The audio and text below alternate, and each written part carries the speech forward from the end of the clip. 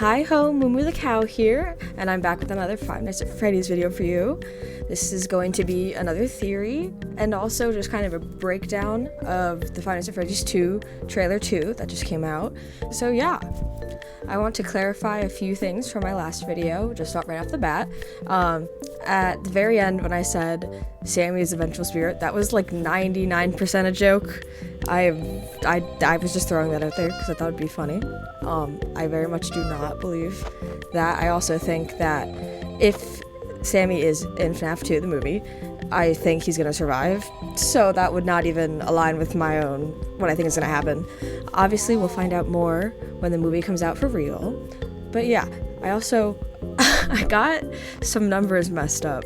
When I said that in my last video, when FNaF 1 came out, which was August 2014, I was 9. I was wrong. I was 10. Oops. Math is hard. I also want to put out my stance on the theorists that I align with more. I watch all of them, basically. I love everybody. But in terms of, to give you an idea, going into this, since this is a new channel, I'm only just starting to talk to you about Five Nights at Freddy's, what some of my beliefs are, and in general, I'm just gonna put out a blanket statement saying that, like, most of T-Dread's theories, I agree with, basically. Like, bro puts out a video and I'm like, yeah, okay. Like, this is fact, cool. Second to him, I would say Rytoast. I like that Rytoast goes down a lot of different avenues, so he never is kind of like, hey, I found this thing, this is true now. He just proposes a lot of different options, and I really enjoy that. Also, I'm gonna put this out there, I wouldn't say that I'm particularly biased towards T-Dreads, though I do his form of FNaF theory content, like the style of his YouTube videos, is much more my speed, so that also is probably why I'm able to understand his points a little better, because the way he formats it is good for my neurodivergent brain. I'm just gonna be honest with you on that. And he just started the FNaF Mystery Series, which is like a podcast length thing where they just pick one specific topic and yap about it, and I love that kind of thing, because it's not saying, here's what I think, here's the evidence. It's kind of, they are looking at evidence, throwing out multiple different valid options and just discussing. I like that kind of stuff. The most recent one that just came out was Gregory, which was so funny because we fucking know nothing. We know nothing about Gregory. And they kept bringing up the GGY story, and every time I hear somebody say GGY, I think of in the song Fancy, Iggy Azalea, when she raps and she goes, I GGY, I GGY. I just keep hearing GGY, because I'm FNaF pilled, unfortunately. And yeah, brain rot gets us all. So, FNaF 2, trailer 2. I loved it. I'm going to say right off the bat, the first person I saw react to this was Gibby's Horror Homestead. And his general view on how canon the movies are in terms of the books and the games is very different from mine, I would say. Like, I am kind of considering the movies as canon as they can be until they have a reason to prove to me otherwise, right? So, like, for instance, Vanessa is William Afton's daughter and not Mike. Weird. Don't know why. Maybe that will get explained eventually, maybe it won't. I'm not taking that as that is more important than the information given to us in the games, which is that Mike is a child of William. However, I'm seeing it as valid until given more information, if that makes sense. It's kind of like, because this is going to be a movie trilogy, I don't want to get set in ideas and then have things be told explicitly or like proven wrong, basically, especially now that the movie's a month away. I'm seeing it the night before it opens, so I'm seeing it like on a Thursday. I'll have a lot to say, don't worry. I will come to you with thoughts, opinions, all that, and I'll do spoiler versions and non-spoiler versions so that everybody can enjoy. But yeah, I just want to clarify that I'm taking a lot of this literally for now, only because they haven't given me a reason to otherwise. So this new trailer opens on Vanessa having nightmares of, William Afton, her dad. Yeah, that's scary. But they also mix in what I think are some, like, not nightmare sequences. Like, I think there are genuinely, like, she is having nightmares about her dad in her childhood home. But I also think some of the scenes they used are going to be at a later point in the movie where she does visit her childhood home and he is there and they have a confrontation. Because she's going through boxes of old toys and things have spider webs. So if it was in her memory from when she was a kid, why would it have spider webs? I think that's interesting. They also confirm that William Afton does in fact give Vanessa toys from the children's he's murdered, because they show her placing 5 toys on a shelf, the last one being Garrett, Mike's dead brother who got killed by William Afton, his little red toy plane, which I think doesn't, like, it's not super relevant in terms of canon, it's not lore breaking. I just think it's so fascinating that they are continuing to develop William as just this absolutely, like, deranged, evil person. From our perspective, we know he kills children. That's enough to be a villain. That's enough to be a bad person. But I like that they're further trying to prove, like, no, this guy sucks, guys. This guy is evil, like, for real. And obviously, I'm sure that holds a lot of drama for Vanessa, learning that her toys are from murdered children. That's not fun. I get that. Now, the next thing we're going to talk about is Charlie. Also, in general, this was our first view at seeing Skeet Ulrich as Henry, and I am a Scream fan. So holy shit, this was amazing. And also, they did a really good job of styling him. Like, this is what I think Henry looks like. If I closed my eyes and imagined, this is that. They did a fantastic job. Wardrobe, makeup, they did fire. They did amazing. But I want to point out that, Gibby's Horror Homestead also mentioned this, but they are, in the movie canon, they are cementing Charlie as the first victim of William Afton, period. Everyone called it an accident, but it wasn't until years later when those 5 children went missing that I knew she was murdered by him. Before MCI, before DCI, Charlie was the first. Now, I phrased that very deliberately because, as we know from Ultimate Custom Night, Withered Chica says, I was the first, I have seen everything. I was the first. I have seen everything.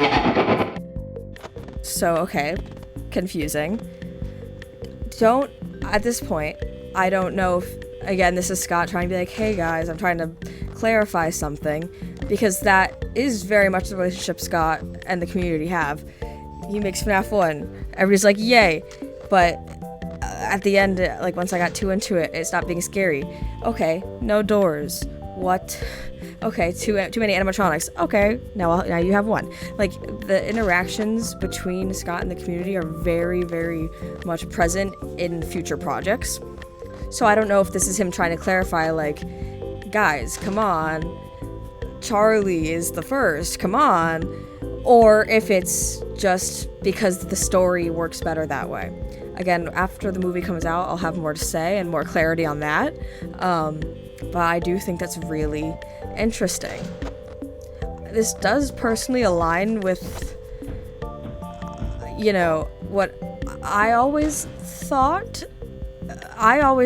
To me, it makes sense that Charlie would have died first in the games, but a lot of the information we have says that's not true. So I always just kind of was like, yeah, okay, it's not true. But it feels right. Something about it feels right. Charlie is so important, so prolific, we're like still talking about her to this day, even with things like Rune and Help Wanted 2 with the Nightmare on Tendrils and all this. Like, she is still really important. I also want to point out that, as we know, the FNAF timeline of locations, Fredbear's an original Five Nights at Freddy's location, and then the location in FNAF 2, the location in FNAF 1. That's how that goes. In the movies, they are presenting the toy location as the original Freddy Fazbear's Pizzeria, which means Fredbear's likely still exists, but there wasn't another one before this.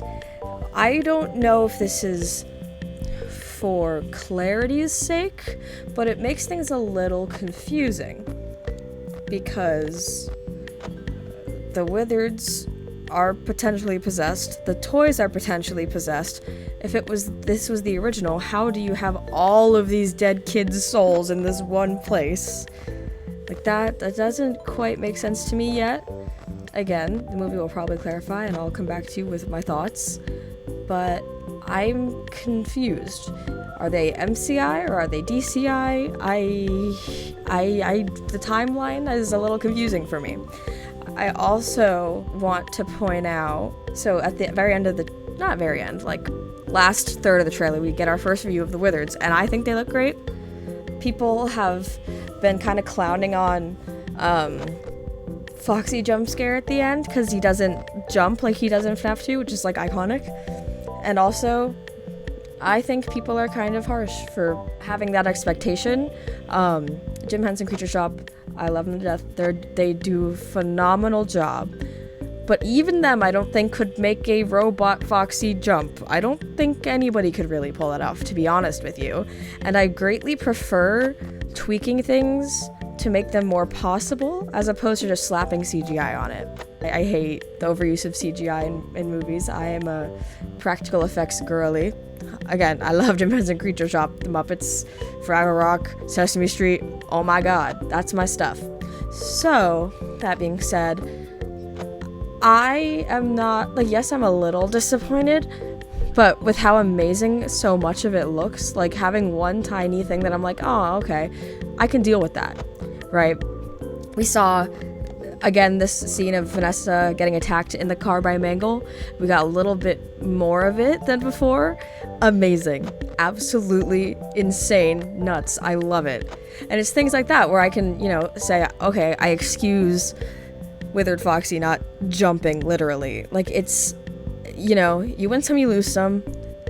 That's just how Hollywood is, And also, in the Mangle attack, I don't know if it's just her arm or the other head, but like you see her head on one window and like another part of her on the other side of like the other window, the driver's and the passenger's windows. So like for scale, that means she is huge. She can stretch across an entire car. She is huge. So that like was super freaky. Oh, and also at the premiere event for the trailer, all these YouTubers got to go. I'm so jealous. But they had on the walls posters of the toy animatronics, but obviously they don't call them in-universe the toy animatronics. It's Toy Freddy and it's just as Freddy. But we got our first look at pre-withered, like before she was withered, Mangle. Holy shit. I also gotta say though, this does make things a little confusing because they call her Foxy, right? But I'm pretty sure she is a she in this, iteration of it. But then you also have Funtime Foxy, who's a boy, and they look so similar that I'm a little lost. I'm gonna be so for real with you. We have Foxy. We have technically, I guess, Toy Foxy and Funtime Foxy, and they look super similar, but they use different pronouns. And one is in Circus Baby's Pizza World, and one is in Freddy Fazbear's Pizzeria. It's a lot of information. It's like a lot. So I don't quite know what to do with all that. I think the Wizards look amazing. Super thrilled about that. But again, don't know exactly what this means in terms of like, oh my god, I was supposed to play FNAF 1 for you, and I just sat here and yapped. Oh my god. Okay, I'm gonna take some game footage and just throw it in the background, because I don't know if you could tell from the last video, I'm not good at editing. I've never done this before, and I realized just having still images to look at while I talk isn't the most fun. For that short bite-sized first video, it's like 5 minutes, yeah, fair, that's okay. But if I'm talking at you for 20 minutes, I don't want you to just be staring at a still PNG. Like, you know, you deserve better than that, and I know you deserve better than that. I forgot to put in music in that first video. I'm so sorry. I will be adding music, and I'm going to have gameplay of me playing FNaF 1. I'm going to continue with this idea of I'm gonna have FNaF gameplay in the background of me playing, just for funsies, to give you something to look at, and then when I bring up stuff, I still will throw up pictures, because I want you to know and understand what I'm talking about, and I don't want to leave you in the dark, or you have to go open another tab and Google it. But I don't, you know, you deserve better, and I want to do better for you. You must be so honored. But yeah, this also gives me a chance to go back to the FNaF music. I love Five Nights at Freddy's music so much, especially like FNaF 6. Ooh, I love it. I love it so much. Oh, FNaF 6 being Pizzeria Simulator. I know a lot of people just shorten it to like FFPS. I call it FNaF 6. I can't help it. It's like a stan culture thing that I'm not in stan culture, or like, you know, but like when somebody has an album coming out and they don't know what it's called yet, they just call it like the person's name and then the number of which album it will be. That's me with Pizzeria Simulator. It is probably my favorite FNaF game, probably. I love it, but I can't help but call it FNaF 6. So, I'm sorry. Hopefully you understand and you don't hate me forever for that. But yeah, so that's where I am, how the things are gonna go from now on. And I hope you enjoyed this video. Like, comment, subscribe, yeah, do the shit, do the things, you know. And I'll see you guys in the next one. Bye!